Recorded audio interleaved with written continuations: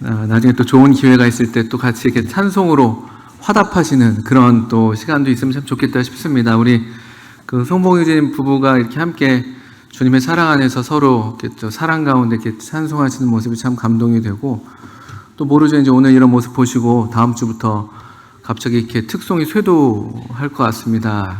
아주 환영하겠습니다. 특송하실 우리 성도님들은 뭐 남녀노소 막론하고 또 뭐 이렇게 2인조, 뭐 3인조 뭐 다 괜찮으니까, 또 마음에 감동이 있으시고 또 하나님을 찬송하기를 원하시는 그런 마음이 있으시면 언제든지 이렇게 신청하시면 되겠습니다.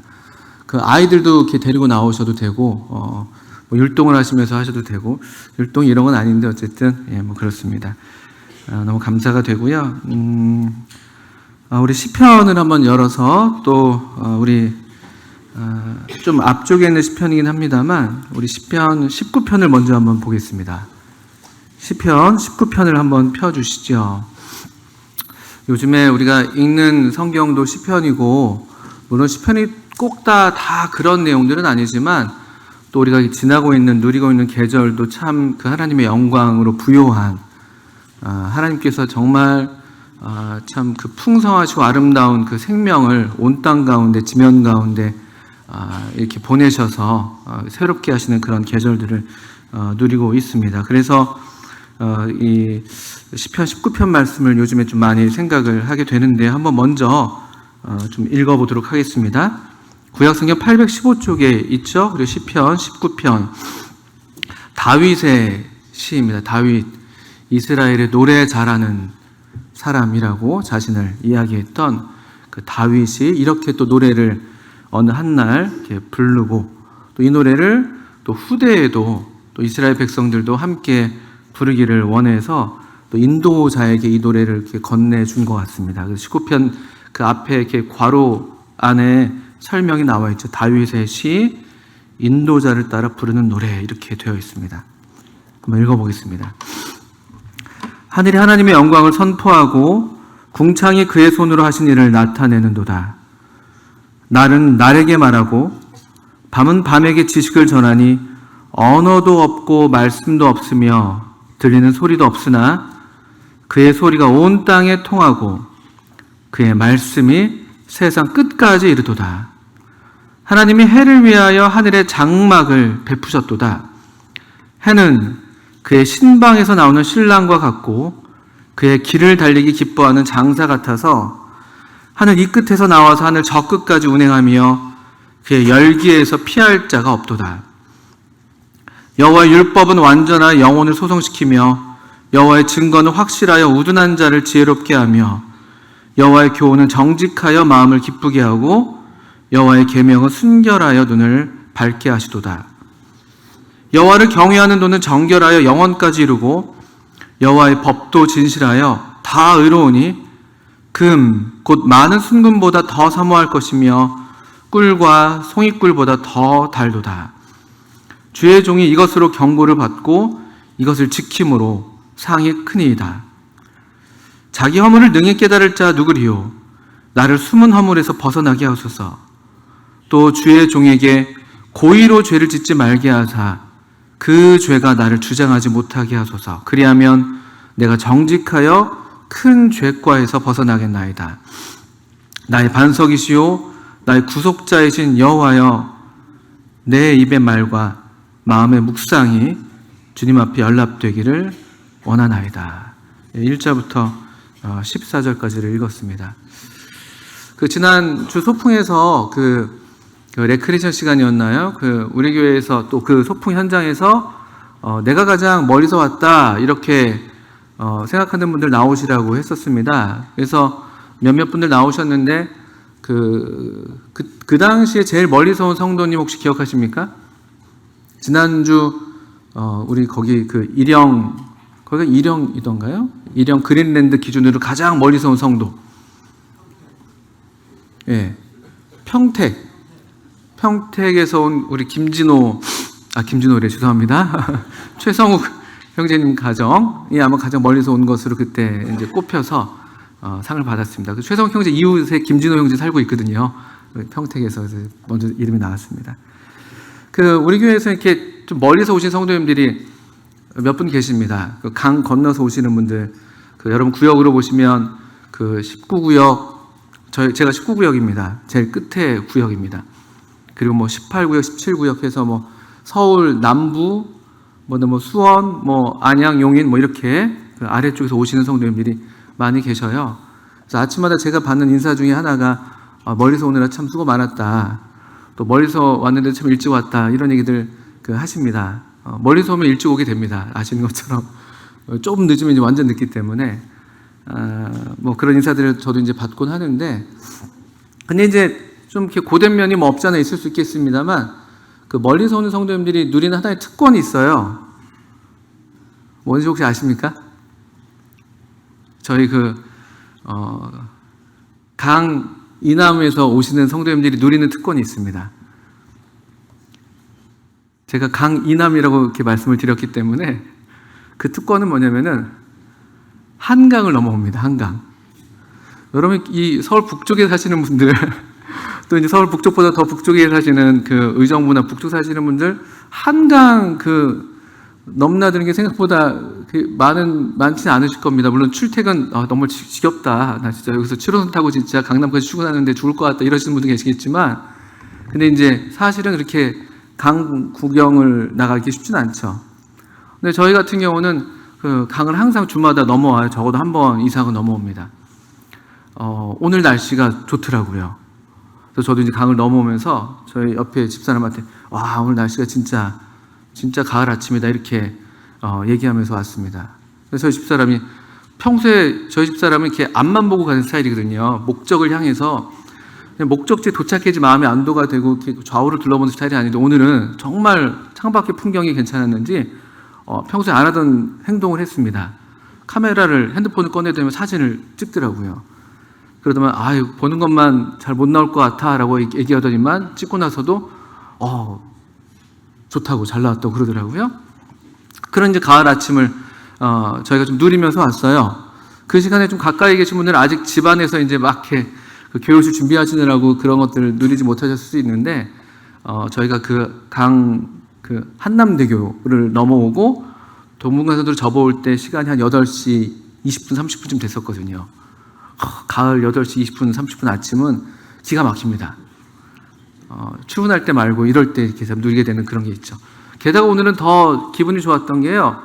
그 도로에서 한남대교를 넘어와서 이제 동부간선도로 타려고 우회전해서 가는데요. 어떤 반가운 일이 있었습니다. 어떤 일이 있었을까요? 네? 그렇죠. 쌩쌩 달리는 도로에서 누굴 만났습니다. 역시 비슷한 시간대에 출발해야만 교회 정시에 올 수 있는 남쪽에 살고 있는 어떤 성도님 차를 또 만났어요. 서로를 알아봤습니다. 그래서 옆에서 이렇게 문을 내리고 한 80km 이상인데 이렇게 손을 흔들고 이렇게 이러면서 오케이, see you, 이따 봐 이러면서 이제 왔습니다. 좋더라고요. 가을 아침.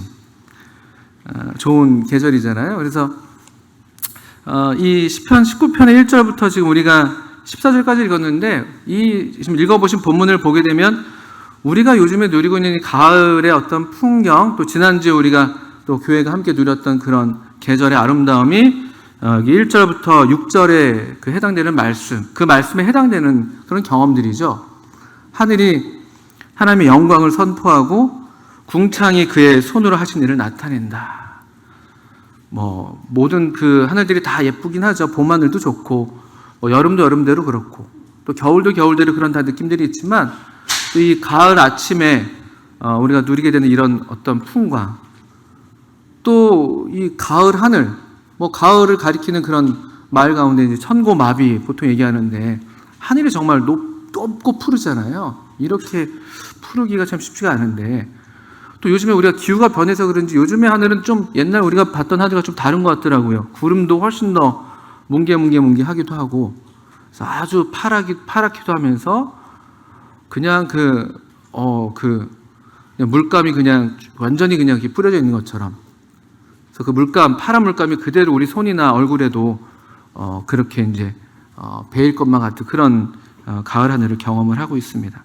하늘이 하나님의 영광을 선포하고 궁창이 그의 손으로 하신 일을 나타낸다. 이렇게 이 시편을 시작하고 있습니다. 이게 다윗의 시라고 되어 있는데요. 여러분들 그 다윗이 왕이 되기 전에 다들 아시는 것처럼 다윗이 했던 일이 목동이었잖아요. 목동, 어린 목동이었습니다. 그리고 하나님께서 그에게 이런 재능을 주셨어요. 이런 감수성이랄까요? 영적으로도 그렇고 정서적으로도 그렇고 예술적으로 이런 감성을 줬던 것 같아요. 그래서 아마도 그 일찌감치 그 누구한테 배우지도 않았는데 악기를 잘 연주했잖아요. 그래서 사울의 악신이 들어서 고생할 때 그 악신을 좀 물리치고 또 사울의 어떤 이런 정서적인 치료를 위해서 다윗이 소개받아 와서 사울 앞에서 악기를 연주하면서 노래를 할 때 그때 악신이 떠나갔다는 그런 성경의 기록도 우리가 만나고 있습니다.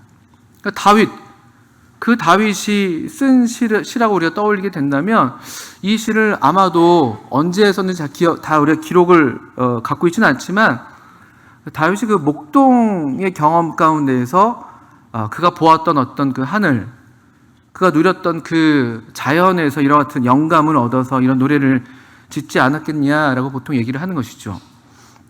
그리고 이 시는 다윗이 많은 시를 썼지만 또 많은 이런 비슷한 자연시, 우리가 최근에 읽었던 시편 104편이던가요? 104편도 대단히 그 자연의 아름다움을 그 얘기한 그런 시들, 그런 자연시들이 많이 있어요. 그런데 이 시편 19편 같은 경우는 특별히 다윗이 이 어떤 시간적으로 보자면은 낮의 경험을 바탕으로 좀 더 쓰지 않았겠냐. 이 하늘이 하나님의 영광을 선포하고 궁창이 그의 손으로 하신 일을 나타내는도다라고 하면서 하늘과 이 넓은 궁창을 몸소 경험하면서, 그리고 2절을 보시면 우리 번역에는 날은 날에게 말하고 밤은 밤에게 지식을 전한다 이렇게 되어 있는데요. 여기서 사용된 날이라는 단어는 낮이라고도 번역할 수가 있는 단어입니다. 낮은 낮에게 말하고 이렇게도 번역할 수가 있는 단어입니다. 그리고 또 4절 후반절부터 보면은 특별히 이 자연 속에서 하늘과 궁창을 이야기한 다음에 4절 끝부분에 보시면 특별히 천체를 하나 언급하는데 그것이 해예요. 해. 하나님께서 해를 위하여 하늘에 장막을 베푸셨도다. 5절에 보시면 해는 그의 신방에서 나오는 신랑과 같고 그의 길을 달리기 기뻐하는 장사 같아서 하늘 이 끝에서 나와서 하늘 저 끝까지 운행하며 그의 열기에서 피할 자가 없도다라고 하면서 아마도 이 대낮에 또는 이 해가 있었을 그 하루 동안의 어떤 그 묵상과 또 그 자연에서 어떤 그 누림과 또 자연을 통해서 어떤 묵상하게 된 하나님, 또 그 좋은 것들을 마음에 품고 이런 시를 쓰지 않았겠냐 이렇게 이야기를 합니다. 그런 것 같습니다. 반면에 또 다윗이 쓴 유명한 이런 자연시 중에 시편 8편도 우리가 이렇게 즐겨 부르는 그런 노래이죠. 시편 8편 다들 기억하십니까? 노래로 알려져 있기 때문에 더 우리가 잘 기억할 수가 있는데요. 여호와 우리 주여, 주의 이름이 온 땅이 어찌 그리 아름다운지요, 이렇게 시작하는 그런 그 경탄으로 시작하는 그런 노래가 시편 8편입니다. 근데 시편 8편은 아마도 이것은 밤에 썼을 것이다, 밤에 그 묵상일 것이다라고 이야기를 해요. 왜냐하면 거기에서는 다윗이 사용하는 그 소재, 그 천체가 이런 표현이 있죠. 주의 손가락으로 만드신 주의 하늘과 그 다음에 주의 베풀어 두신 달과 별을 내가 보오니, 이렇게 되어 있을 겁니다. 시편 8편 그것은 8편 3절에 있습니다. 주의 손가락으로 만드신 주의 하늘과 주께서 베풀어 두신 달과 별들을 내가 보오니. 이 다윗은 참 이렇게 자연을 아는, 사실 우리 아담, 하나님께서 하나님의 형상대로 최초로 지었던 가장 온전하고 영광스러웠던 그 아담이 있었던 곳이 그를 에덴 동산에 두셨다고 우리가 잘 아시는 것처럼 성경에서 보게 되는데, 사람은 원래 동산에 이렇게 두어졌던 존재거든요. 그러니까 하나님은 자연을 만드시고 동산을 만드시고 사람이 동산에 살도록 두셨습니다. 그런데 사람의 문명이라는 것이 무엇을 만들었습니까? 그리고 그 문명의 어떤 최고점을 찍는, 창세기에서 최고점을 찍은 사건, 그것이 이제 바벨탑 사건이죠. 바벨탑. 그들은 도시를 지었고, 그리고 자기들의 이름을 내기를 바랐고, 그리고 흩어짐을 면하게 하기 위해서 높게 건축을 했습니다. 이게 상당한 대조입니다. 상당한 대조이죠.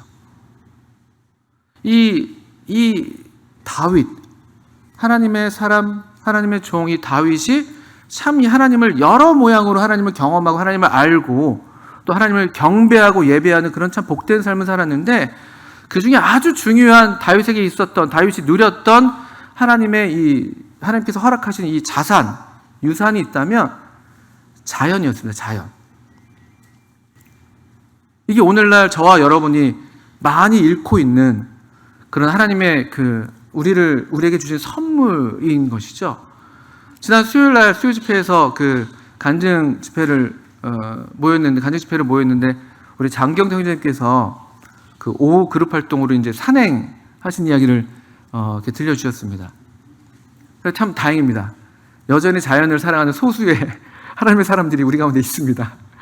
물론 이제 산에 올라가는 게 쉬운 건 아니어서 원하는 만큼 다 할 수 없어서 아쉽긴 합니다만, 또 마음은 다 있으시겠지만, 근데 사실은 이 자연은 얼마나 우리 여기 보신 것처럼 하나님의 영광을 선포하고 궁창이 그분의 하신 일을 나타낸다 하면서 자연은 하나님의 영광을 드러내는, 이건 사실 그래서 꼭 예수님을 믿는, 하나님을 믿는 사람이 아니라 할지라도 우리 모두에게 주신 하나님의 아주 자비로운 선물이죠.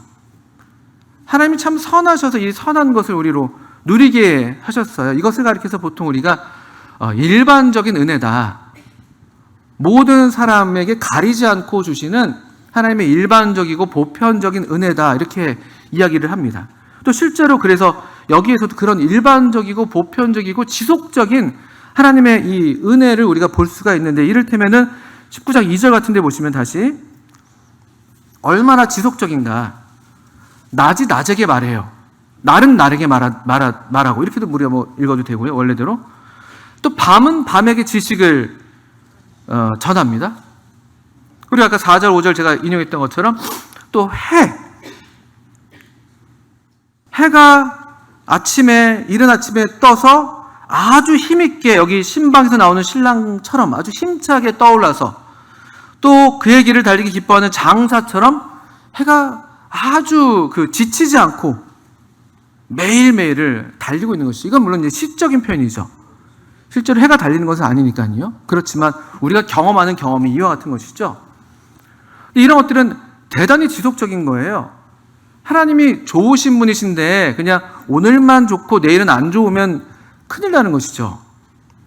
그럼 이 하나님을 우리가 의지해서 살 수도 없고, 이 하나님이 운행하시는 이 우주와 이 자연이 이렇게 온전할 수가 없습니다. 물론 지금 우리가 죄 때문에 약간 상처를 입은 상태에 있지만, 근데 하나님은 얼마나 선하시냐면 이 하나님의 영광, 그분의 하신 일을, 이렇게 영광을 드러내는 일들을 아주 지속적으로 하신다는 거예요. 4절, 2절을 보신 것처럼 날마다, 날은 날에게, 또는 낮은 낮에게, 밤은 밤에게, 낮이나 밤이나 날마다.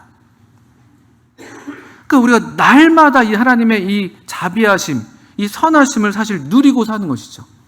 오늘 떴던 해가 내일 안 뜨면, 오늘 우리가 누렸던 낮이 내일 오지 않는다면, 오늘 우리가 평안히 쉬었던 이런 밤이 내일 밤은 아니라면, 그건 아주 큰일 나는 일이에요.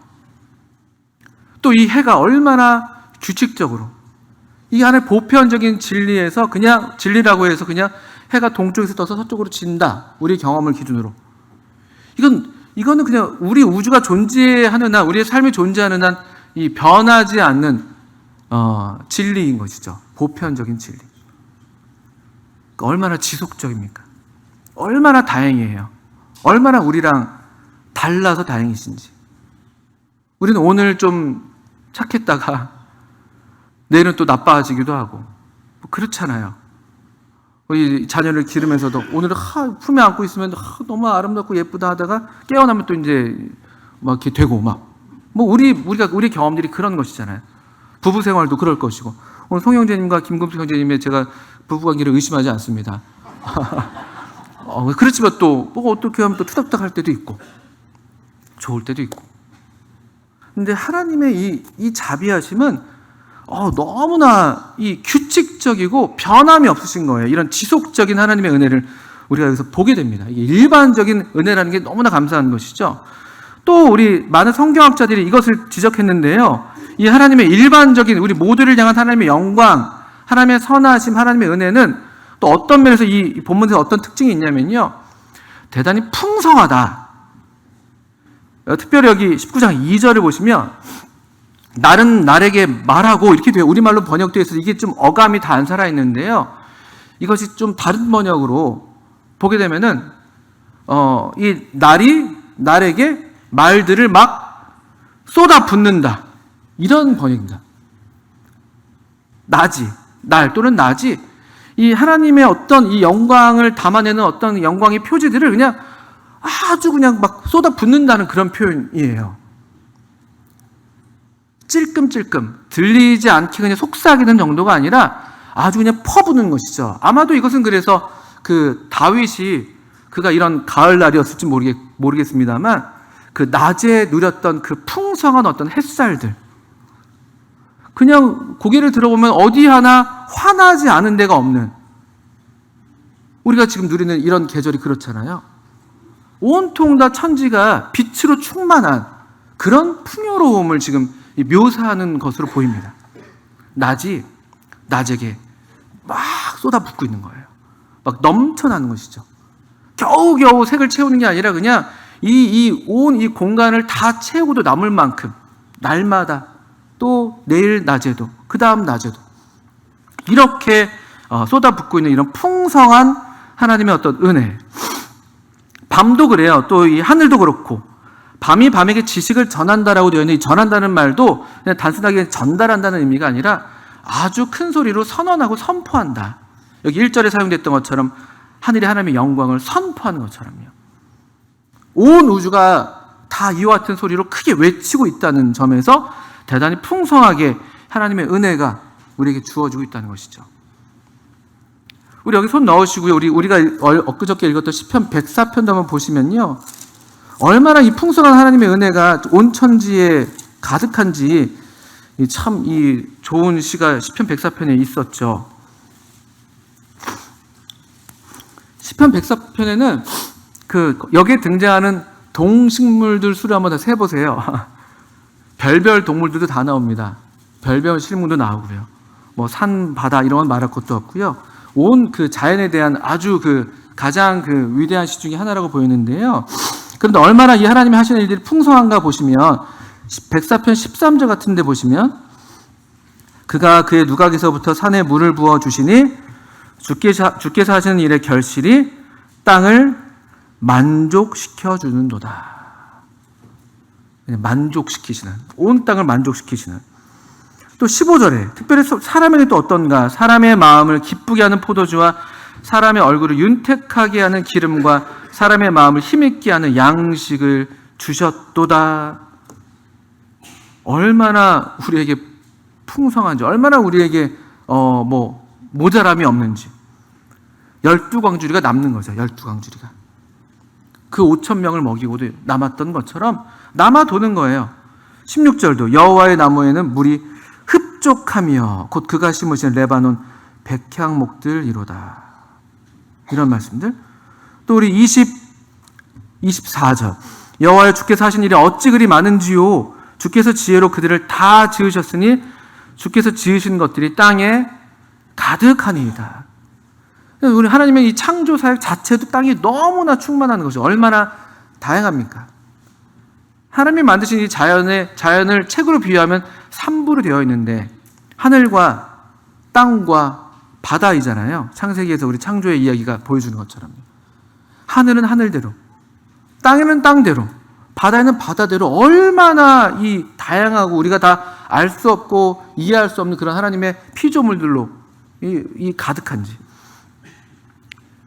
또 27절, 28절 이것들은 다 주께서 때를 따라 먹을 것을 주시기를 바라나이다. 주께서 주신즉 그들이 받으며 주께서 손을 펴신즉 그들이 좋은 것으로 만족하다가. 얼마나 풍성하신지 하나님의 은혜가. 그러니까 우리가 살고 있는 거예요. 그래서 이 모든 사람에게 다 주시는 하나님의 은혜인 것이죠. 마태복음 5장 같은 데에서 하나님 아버지는 얼마나 자비하시냐면 의인과 악인 가릴 것 없이 다 해를 비추시는 분이시다. 이렇게 말씀하는 말씀들 보게 되죠. 하나님의 선하심이에요. 또 여기다 손 넣으시고 우리 사도행전에 한번 14장 이 말씀 참 좋은 말씀이어서 이 맥락에서 같이 또 보시면 좋습니다. 사도행전 14장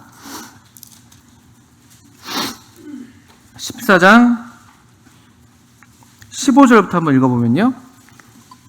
사도 바울이 루스드라라는 곳에서 이와 같은 보편적이고 일반적인 하나님의 은혜를 들어서 이 복음 증거를 시작하고 있습니다. 이것이 복음의 전부는 아니지만 그러나 복된 소식의 아주 큰 부분이기도 하고 또 이런 분이 우리 하나님이시기 때문에 하나님이 하신 일이 우리에게 복된 소식, 기쁜 소식이 되는 것이죠. 14절, 16절, 15절 이하에 보시면 이르되 여러분이여 어찌하여 이러한 일을 하느냐 우리도 여러분과 같은 성정을 가진 사람이라. 그 다음 보십시오. 여러분에게 복음을 전하는 것은 이런 헛된 일을 버리고 천지와 바다와 그 가운데 만물을 지으시고 살아계신 하나님께로 돌아오게 함이라.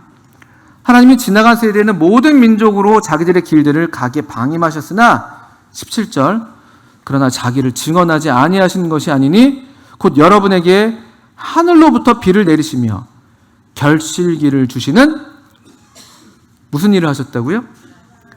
선한 일을 하사 음식과 기쁨으로 여러분의 마음에 만족하게 하셨느니라 하고. 하나님이 선한 일을 하시는 분이세요. 그분은 이렇게 선하십니다. 세상 모든 사람들이 다 살 수 있도록 그분을 의지해서 호흡하기도 하고 기동할 수 있도록.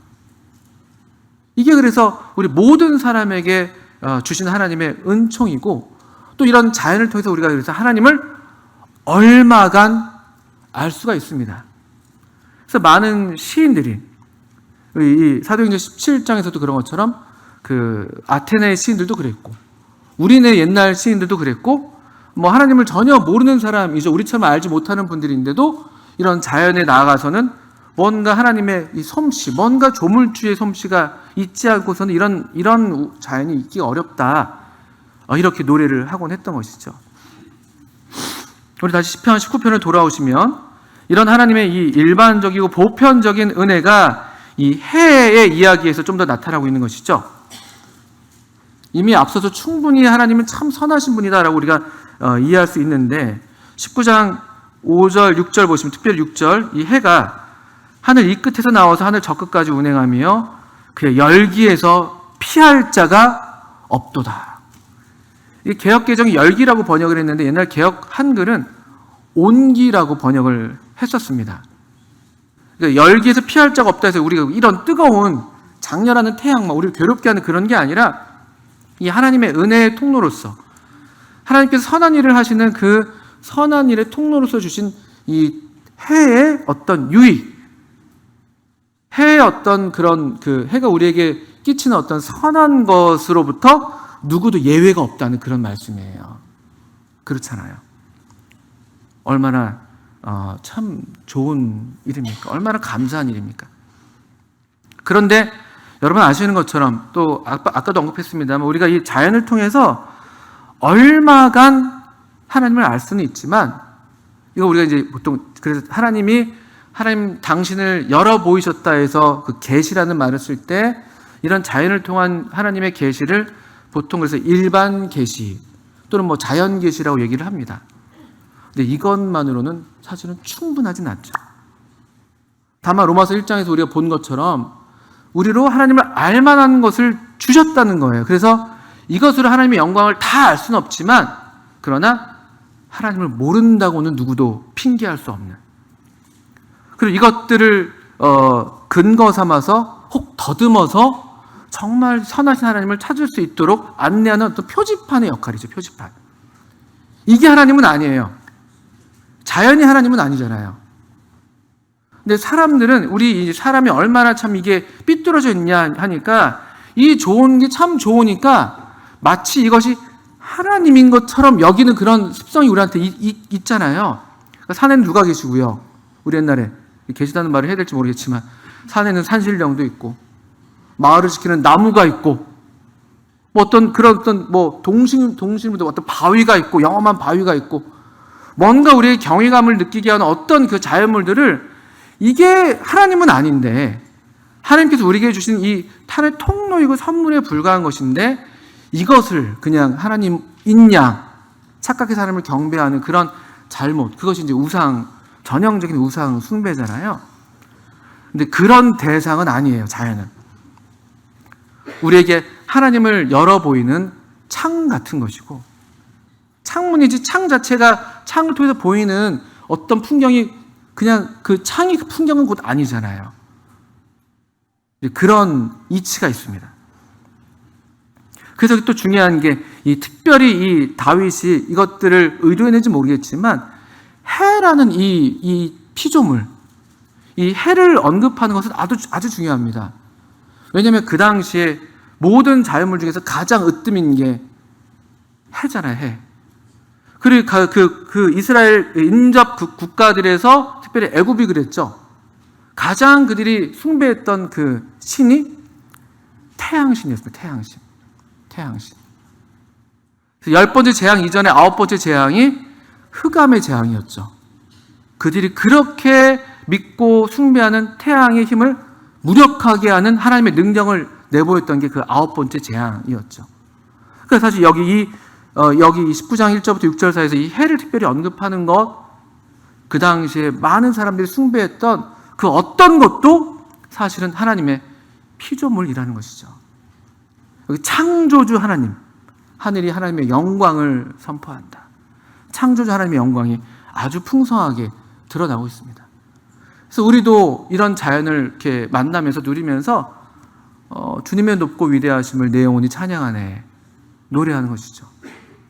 그것이 이 자연이 우리에게 가르쳐주는 것이죠. 그 자연들도 그렇게 하고 있는 것이죠. 온 천하 만물 우러러 다 주를 찬양하여라. 온 천하 만물이 다 그렇게, 여기 우리 본 것처럼 2절과 3절에 본 것처럼 4절에 본 것처럼 이 천지 만물이 다 하나님을 찬양하고 있거든요. 그들이 찬양의 대상이 아니에요. 그것들이. 우리는 그것들과 더불어서, 모든 피조물과 더불어서 이 하나님을 찬양하게, 하나님의 영광을 만끽하고 그분의 영광을 바라는 그런 존재가 우리 사람이라는 것이죠. 이런 자연에 대한 말씀 이후에 7절부터는 여기 또 하나의 계시가 드러나는 것이죠.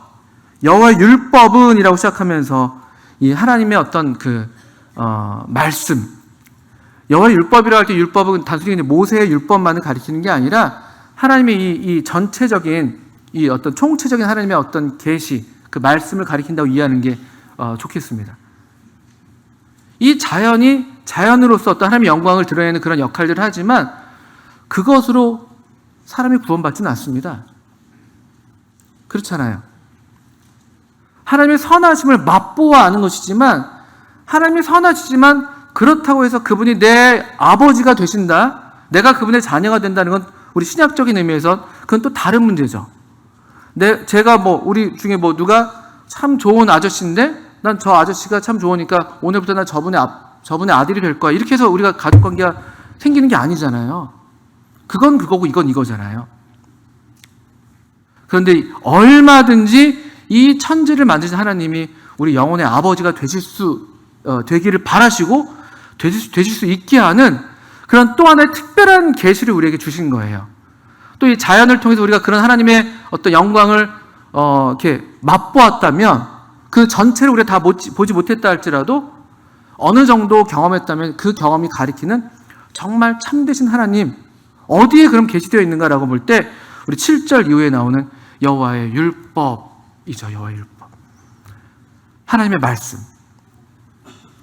하나님께서 하나님의 영을 보내셔서 지면을 새롭게 하셨다는 그 하나님의 영, 이 지면 가운데도, 이 천지 가운데도 하나님의 영이 역사가 있고 운행하시지만, 그러나 정말 사람을 창조하셨을 때 그 사람의 코에 불어넣으셨던 그 하나님의 생기, 그 하나님의 영이 어디에 있는가라고 할 때 바로 이 성경이 하나님의 영, 하나님의 감동으로 되어 있다고 디모데후서 3장에서 말씀하고 있는 것이죠. 모든 성경이 하나님의 감동으로 된 것으로. 그래서 이제 이 특별한 계시가 우리에게 필요한 것입니다. 이 하나님의 말씀을 그래서 하나님의 말씀으로 믿고 받는 사람들, 아까 자연은 모든 사람을 위한 것이라면 물론 이 하나님의 말씀도 모든 사람을 위한 것이지만 실제로 이 말씀의 유익과 말씀의 능력과 말씀이 우리에게 가져다 줄 선물을 누리는 사람들은 이 말씀을 하나님의 말씀으로 받아들이는, 그렇게 믿는 사람들이 그것들을 누리게 되는 것이죠. 그것들에 대한 말씀이 7절 이후에 나옵니다. 여호와의 율법은 완전해서 영혼을 소성시킨다. 영혼을 소성시킨다는 말이 무슨 말입니까? 소성. 비슷한 말이 소생. 우리 소생이라는 단어를 씁니다. 위급한 상황에 우리 이런 기술 씁니다. 뭐가 있죠? 심폐소생술. 그러니까 소생이라는 건요, 그냥 단순히 회복한다라는 의미보다는 죽었던 것이 되살아난다는 그런 의미예요. 여호와의 율법, 하나님의 말씀만이 우리의 영혼을 그런 의미에서 새롭게 합니다. 또 우리가 이런 거듭난 생명을 받고 누리고 있다 할지라도 우리의 생명력이 약해질 때가 있잖아요. 우리의 생명의 호흡이 좀 가늘어질 때가 있습니다. 어떤 이유로든지 간에. 그 죄가 들어와서 그럴 수도 있고, 또 뭔가 충분하게 이 하나님으로부터 영향을 섭취하지 못해서 그럴 수도 있고, 그럴 때 이 여호와의 율법만이 우리의 영혼을 소생시켜줘요. 다른 게 아니에요. 비타민 많이 먹는다고 우리의 영혼이 소생되지 않습니다. 운동을 많이 한다고 해서 우리의 영혼이 소생되지 않아요. 얼마나 도움이 되겠습니다만 하나님의 말씀만이 완전하기 때문에, 우리 인간에게 가장 완전한 것이기 때문에 어떤 부족함도 없고, 하나님의 말씀은 완전하게 하나님의 사람들로, 하나님의 사람으로 살리시고 살게 하시는 그것이 하나님의 말씀입니다. 또 여호와의 증거는 확실하여 우둔한 자를 지혜롭게 한다. 여러분, 지혜가 없으십니까? 요즘 얼마나 많은 정보들이 많아요. 얼마나 지식이 많아졌습니까? 다니엘서에서 예언했던 것처럼 마지막 때에 사람들이 빨리 왕래하고, 얼마나 빨라요? 지식이 얼마나 많습니까? 지식이 더해진다고 했는데 지식의 홍수잖아요. 지식의 홍수 시대입니다. 근데 그 지식이라는 게 얼마나, 정보라는 게 얼마나, 믿지 못할 게 얼마나 많아요. 근데 우리는 마치 그것을 얻지 못하면 내가 뭔가 뒤처질 것만 같은 그런 뭔가 두려움, 그것 때문에 온갖 그 정보들을 다 얻어야만 된다고 생각하죠. 인터넷을 헤매면서. 어디 좋은 말씀이 있대, 어디 좋은 정보가 있대, 자녀의 양육에 대해서는 이분의 이야기를 꼭 들어야 돼. 저 사람 또 저렇게 다르게 얘기하는데 이렇게 하면 성공적인 삶을 살 수 있대, 저렇게 하면 또 저렇게 살 수 있대. 너무나 많아요. 그 정도면 다행이지만 또 어떤 것들이 요즘에 문제가 되는 게 그 거짓 뉴스들 얼마나 많습니까? 그러니까 정작 지혜와 어떤 지식을 약속하지만 사실은 우리 그 충분한 지식을 얻지 못해요. 충분한 지혜를 얻지 못하고 얻어도 그것이 우리에게 만족이 되지 않습니다. 또 다른 것들을 얻어야 될 것 같고 찾아야 될 것 같고, 항상 뭔가 뒤처질 것 같은 그런 두려움, 뭔가 놓치고 있는 것 같은 그런 불안감. 그렇지 않아요. 7절 말씀을 보시면 여호와의 증거는 어떻다고 되어 있습니까? 확실하다고요. 믿을만하다고요.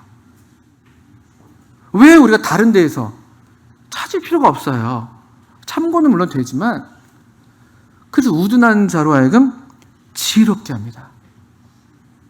이거 믿으십니까? 하나님 말씀이 정말 지혜롭게 해요.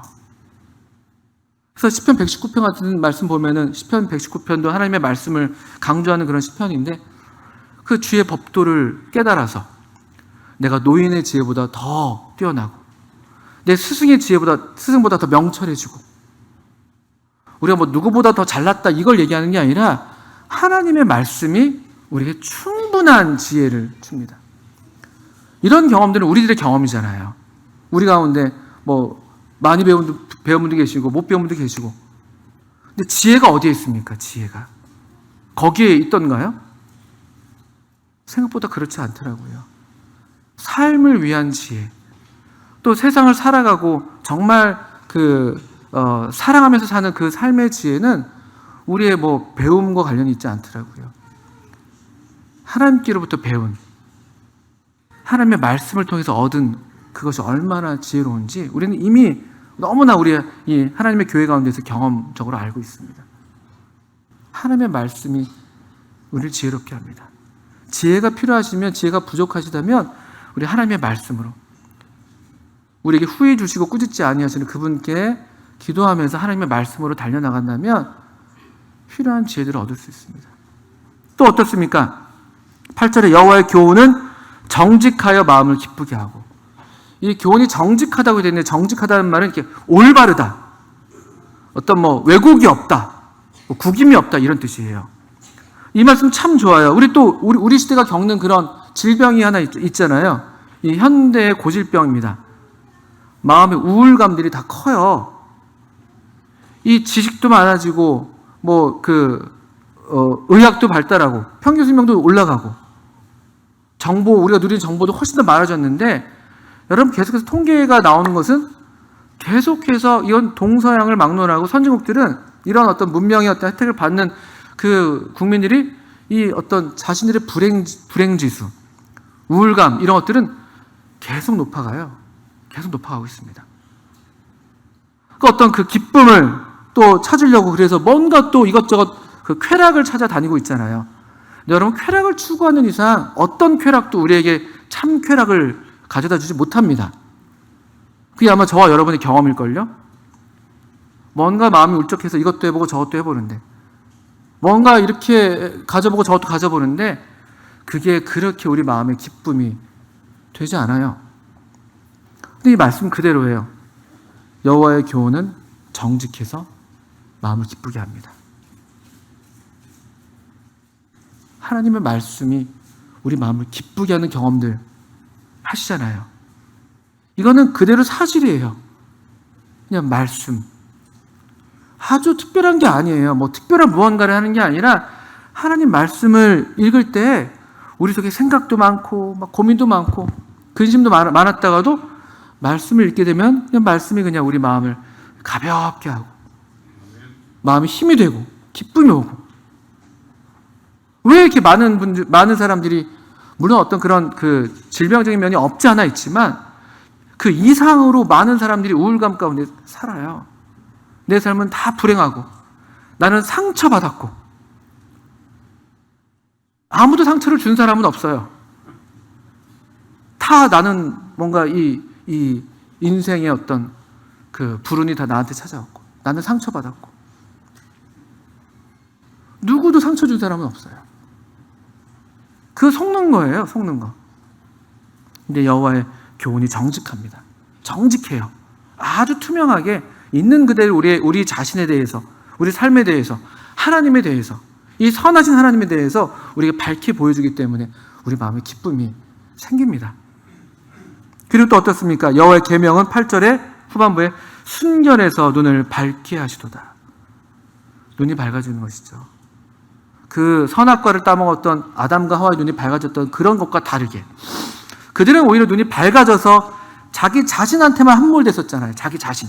자기들이 벌거벗은 것만을 보고 자기를 어떻게 하면 가릴 수 있을까 해서 밝아진 그때 그 범죄로 인해 밝아진 눈은 사실은 참된 의미에 밝아진 게 아니에요.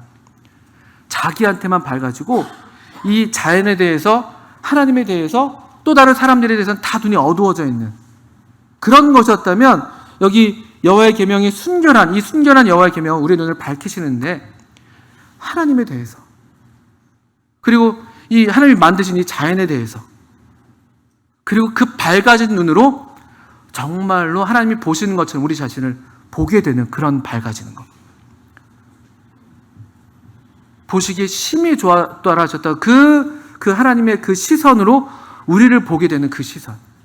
하나님의 온전한 사랑 가운데 용납되는 그 놀라운 경험. 그 하나님께 대해서 눈을 뜨게 되고, 또 하나님이 그래서 만드신 이 선한 것들에 대해서 눈을 뜨게 돼서 감사하게 되고 밝아지는 거예요. 전에는 이 사람 때문에 온통 내 불행의 이유가 다 이 사람 때문이었는데, 밝아진 눈으로 볼 때는 얼마나 감사한가, 저 사람이 있어서. 이런 이치가 되는 거예요. 아담의 밝아진 눈은, 또 하와의 밝아진 눈은 서로를 원망하는 데 바빴다면, 하나님을 원망하는 데 바빴다면, 참 하나님의 말씀으로 밝아진 눈은 하나님께 대한 감사와 또 우리에게 허락하신 것들에 대한 감사, 이렇게 밝아지는 것이에요. 이렇게 밝아지는 것이죠. 여호와를 경외하는 도는 9절에 정결하여 영원까지 이르고, 이 하나님의 말씀을 가리켜서 여호와를 경외하는 도라고도 부릅니다. 정말 하나님의 말씀을 읽고 하나님의 말씀을 안다는 것, 그래서 이 하나님의 말씀을 통해서 하나님을 계신 그대로 우리가 안다는 것은, 또 그렇게 될 때에는 우리의 심령에 이런 변화가 있기 마련이거든요. 하나님을 경외하게 되죠. 하나님을 참 더 좋아하게 되면서도 참 더 긍정적인 의미에서 두려워하게 되고, 그러니까 참 사랑과 어떤 또 이 사랑, 이게 참 두 개가 공존하기 어려운데, 사랑과 어떤 두려움, 이 거룩한 두려움이 함께하면서 우리로 하나님께 경배하고 싶어지고 그분께 순종하고 싶어지는 그런 마음의 변화. 그래서 이 하나님 말씀을 가리켜서 하나님을, 여호와를 경외하는 도, 이렇게 얘기하고 있습니다. 이게 영원까지 이릅니다. 그리고 정말 영원히 있게 되는, 다 이 세상도 그 정욕도 다 지나가지만요, 정말 영원토록 남게 되는 것은 바로 이 하나님의 뜻을 행하는, 이 하나님을 경외하는 이 말씀, 하나님을 경외하는 이 말씀을 따라서, 그래서 경외하는 심령으로 하나님을 순종하는 그 삶, 그것만이 영원히 남는다고 요한일서에서 그래서 말씀하고 있는 것이잖아요. 다 지나가요. 하나님을 경외하게 하는 그 도, 또 그 말씀을 따라서 우리가 들여온 그 삶만이, 그 순종과 예배의 삶만이 영원히 남는다는 것이죠. 그리고 다 여호와의 법도 진실에서 다 의롭다. 이 법이라는 건 다른 말로 판단이에요. 판단. 하나님 말씀의 판단은 진실에서 다 의로워요. 그분이 그렇다면 그런 것이고, 그분이 죄라고 하면 죄인 것이고, 그분이 잘했다고 하면 잘한 것이고, 기준이 하나님의 말씀이 기준이 되기 때문에 다른 우리 어떤 그 토를 달 것이 없게 되는 것이에요. 하나님의 법도 정결해서 진실해서 다 의롭다. 그러니까 하나님의 법이 우리의 기준이 되기 때문에, 그분의 판단이 우리의 기준이 되기 때문에, 그 판단 기준에 따라서 살게 될 때 우리도 의로운 삶을 살게 되는 것이에요. 의라는 것이 도덕적으로부터 죄를 짓지 않는 것만이 아니라 올바른 관계 가운데 살게 된다. 이렇게 그게 더 성경적인 의미라고 합니다. 내 생각에는 내가 옳고 저 사람이 틀렸다고 생각했었는데, 하나님의 말씀을 보니까 내가 틀렸다고 말씀하시네. 그게 옳은 거예요. 그래서 내가 그 말씀, 그 판단을 받아들여서 살게 될 때 의로운 삶이 되게 되는 거예요. 네가 잘못했어. 너 때문이야. 나는 그렇게 생각하지만 하나님의 말씀을 봤더니만 나에게 하시는 말씀이 있네. 그 말씀대로 하게 될 때 우리가 의로운 삶을, 그게 의가 되는 것입니다. 우리가 이런 하나님의 계시가 1절부터 6절까지는 이런 자연을 통해서, 7절부터 10절까지는 이런 하나님의 말씀을 통해서, 그러니까 이런 계시를 우리가 갖고 있다면 어떻게 우리가 반응하게 되는가, 짧게 말씀을 드리고 마쳐야 되겠는데요. 10절을 보시면 이게 너무나 당연하다는 것이죠. 이 9절의 끝부분 보시면 다 의로우니 이렇게 되어 있어요.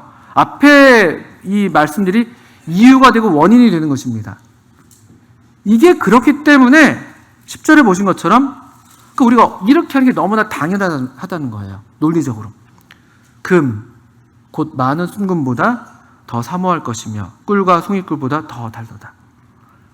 이 하나님 말씀을 얼마나 우리가 사모해야 되는 것인지, 얼마나 이거를 사모하고 캐내야 되고 그 말씀을 읽어야 되고 그걸 누려야 되고, 한 번, 두 번 읽어서 이것들을 다 경험할 수 없습니다. 금 같은 거 한 번 본다고 금의 아름다움을 다 우리가 경험할 수 있습니까? 보고 또 보고. 저 바지 14K밖에 안 되는데 너무 자랑스러워요. 네. 금이어서도 그렇지만 보고 또 보고 깨물어도 보고 자랑도 하고 잘 간직해 두고. 금. 또 꿀맛이죠. 꿀맛. 한번 잠깐 꿀맛 봤다고 해서 우리가 이제 됐어 이렇게 합니까? 그렇지 않아요. 우리 입맛이 생각보다 너무 다른 것들을 많이 먹어버릇해가지고 꿀맛도 좋지만 내 입에 길려질 다른 맛들도 너무나 많거든요. 이거를 더 단 것, 이것보다 더 달다는 그 경험들을 하려면요 많이 먹어야 돼요. 곰돌이 푸처럼 그냥 이 꿀을 그냥 껴안고 사는 거예요. 그러니까 복 있는 사람은 여호와 율법을 즐거워하여 그 율법을 주야로 묵상하는 자다. 이건 의무가 아닌 거예요. 이 말씀들을 경험하면 경험할수록 우리 모든 성도님들이 경험이잖아요. 말씀이 없으면 살 수가 없어요. 말씀이 없는데도 살고 있다면 이상한 거예요, 여러분들. 우리 성도님 중 혹시라도 말씀을 전혀 읽지 않는데 내 삶에 아무런 문제가 없고 아무런 마음에 갈등이 없고, 그렇다면 점검해 보셔야 됩니다. 입맛이 아예 마비가 됐던지, 아니면 나는 어쩌면 살아난 적이 없었을지도 모르는 거예요. 그렇잖아요. 살아있다면 이 하나님 말씀을 경험하게 되거든요. 그 맛을 알게 되잖아요. 생존을 위해서 찾게 되고, 이게 정상적인 것이죠.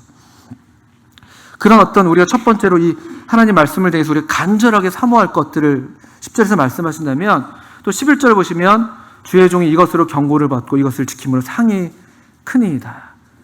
경고를 받고 그 말씀을 지키는 것. 그렇게 될 때 이 12절부터 보시게 되면 참 이 기도, 12절부터 14절은 이제 이 사람의 기도로 끝나게 되는데 이게 참 적합한 것 같아요. 우리가 하나님 말씀, 또 이 자연을 통해서 하나님의 영광, 또 성경 말씀을 통해서 하나님의 어떤 영광을 우리가 경험하게 된다면 우리 마음에 거룩한 두려움으로 우리 자신을 제대로 보게 되죠. 그럴 때 우리가 누구라서 감히 하나님 앞에서 나는 정말 의로워, 나는 너무나 충분히 잘 살고 있어, 이렇게 말할 수 있는 사람이 누가 있겠습니까? 저는 이 12절부터 14절이 우리의 기도 경험과 같다고 생각합니다. 하나님, 이 말씀을 보니까 내 속의 허물, 제가 다 알 수가 없습니다. 제가 감히 어떻게 저 자신을 알겠습니까? 하나님 말씀만이 정말 저를 아십니다. 하나님 말씀으로 저를 비춰주세요. 저로 숨은 허물에서 벗어나게 해주십시오. 또 어떻습니까? 13절에서는 주의 종에게 고의로 죄를 짓지 말게 하사 그 죄가 나를 주장하지 못하게 하소서. 죄가 얼마나 끔찍하고 얼마나 강력한 것인지를 더 알게 돼요. 하나님께 가까이 하면 할수록. 죄가 얼마나 무섭습니까? 죄의 경향성이 있어요. 한번 우리로 범죄하게 한 다음에 그냥 됐어, 이게 아니에요. 죄가 우리를 계속 주장하려고 하죠. 이게 가인의 후예인 우리가 받고 있는, 가인과 동일한 그 명령을 받고 있는 거예요. 죄는 너를 원한다. 죄가 네 문 앞에 도사리고 있어. 죄가 너를 원하는데 너는 죄를 다스려라. 우리가 죄를 다스리지 못하면 죄가 우리를 다스립니다. 하나님 말씀만이 이 죄를 다스릴 수 있게 해요. 하나님 말씀만이 이런 진실한 기도를 올리게 하고, 그래서 우리로 거룩한 삶을 살게 하고. 이 14절의 기도는 어떻습니까? 우리 모든 성도님들의 기도가 이와 같기를 바라요. 나의 반석이시오 나의 구속자이신 여호와여, 내 입의 말과 마음의 묵상이 주님이 기뻐 받으시는 그런 것 되기를 원합니다. 하나님 말씀으로 가득한, 말은 우리 마음에 그 쌓은 것에서 말이 나온다고 되어 있는데, 우리의 심령이 하나님 말씀으로 가득하고 우리 주님으로 가득하고, 그럴 때 그것이 얼마나 주님께 받음직한, 우리 아버지 하나님께서 아드님을 받으신 것처럼 얼마나 기뻐 받으심직한 그런 우리의 삶이 되겠습니까? 가을입니다. 가을 독서의 계절입니다. 독서의 계절. 하나님이 우리에게 두 권의 책을 주셨다고 보통 얘기합니다. 하나는 자연이고 또 하나는 성경입니다. 이 책들을 가까이 하시는 그런 복된 날들 되시기를 바랍니다. 함께 기도하겠습니다. 하나님 아버지, 저희들을 이 완전하신 하나님의 계시, 하나님의 말씀을 우리에게 주셔서 우리로 하나님을 알게 하시고, 또 우리의 눈을 밝히셔서 또 하나님을 뵙게 하시고, 또 우리 자신을 또 알게 하시고, 또 하나님 만드신 여러 아름다운 세상을 또 보게 하셔서 감사합니다. 우리 모든 성도님들 도우셔서, 또 저와 우리 성도님들 도우셔서 우리로 이 하나님께서 우리에게 주신 이 책들을 더욱 간절히 사모하고 또 탐독하는, 또 그래서 하나님을 예배하고 또 경외하는 심령으로 가득한, 그래서 우리 삶이 참으로 복되고 참으로 기쁨이 넘치고 하나님이 기뻐 받으심으로 또 우리도 참 기쁨을 누리는 그런 귀한 날들이 되게 해주시기를 기도합니다. 예수님의 이름으로 하나님 아버지께 기도합니다. 아멘. 네, 감사합니다.